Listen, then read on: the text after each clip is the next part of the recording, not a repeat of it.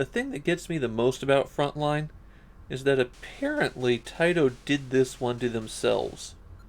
Frontline makes just about every mistake possible in game design, so I'd expect it from someplace like Tosei or Micronix. But Taito knows how to make games. Frontline is one of Taito's early arcade games, and it's most notable for using a rotary dial to let players aim. The arcade game isn't really remembered at all by people. The Famicom version, on the other hand, well, it was mainly remembered because it was the game that lets you shoot people in the crotch. This is the first Famicom game in which you kill other humans, and it caused a moral panic in Japan when it was released. The similarly themed field combat had the soldiers you shot get up and run away afterwards. In Frontline, you control a lone commando in an unspecified war who has to march up the field to the enemy base.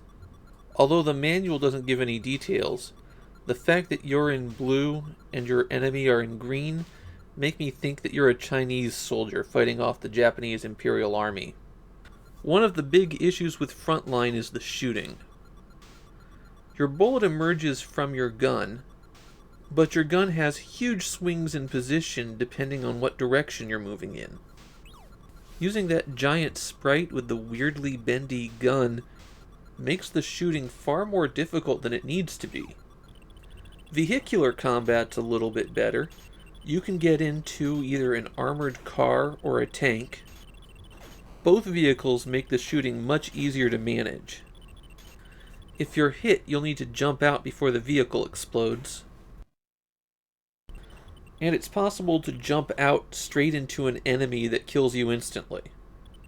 You can jump right back into a smoking vehicle, and it's immediately repaired. I'm pretty sure that one's a bug. If you're in an area where enemy vehicles spawn, a random friendly vehicle for you to get into will appear. Enemy vehicles have to be taken out by grenades when you're on foot, so just march north half a screen and get into an actual vehicle. There's only ever 2 enemies on the screen, and they wander in randomly from a point on the side, and if they ever go off the screen, then they're instantly despawned. Enemies keep coming forever, too, so you need to just keep going up. Your long march north has you pass through 4 terrains: the hedgerows, the open fields, a rocky field, and a set of brick walls. You have to be almost the entire way off the screen in order to force it to scroll. So enemies will appear right on top of you. There is horizontal scrolling in this game, but it's a situation where you never have to use it, so why would you go that way? Scrolling is dangerous enough in one direction. When you reach the far end of the map, you'll encounter an enemy bunker. The only thing that can take out the bunker are grenades. Shots from a tank won't do it.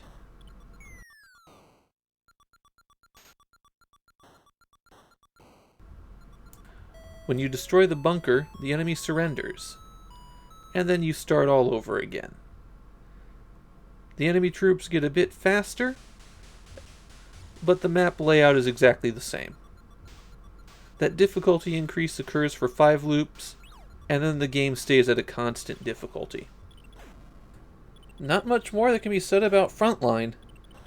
Visually it's a mess, gameplay-wise it's a mess.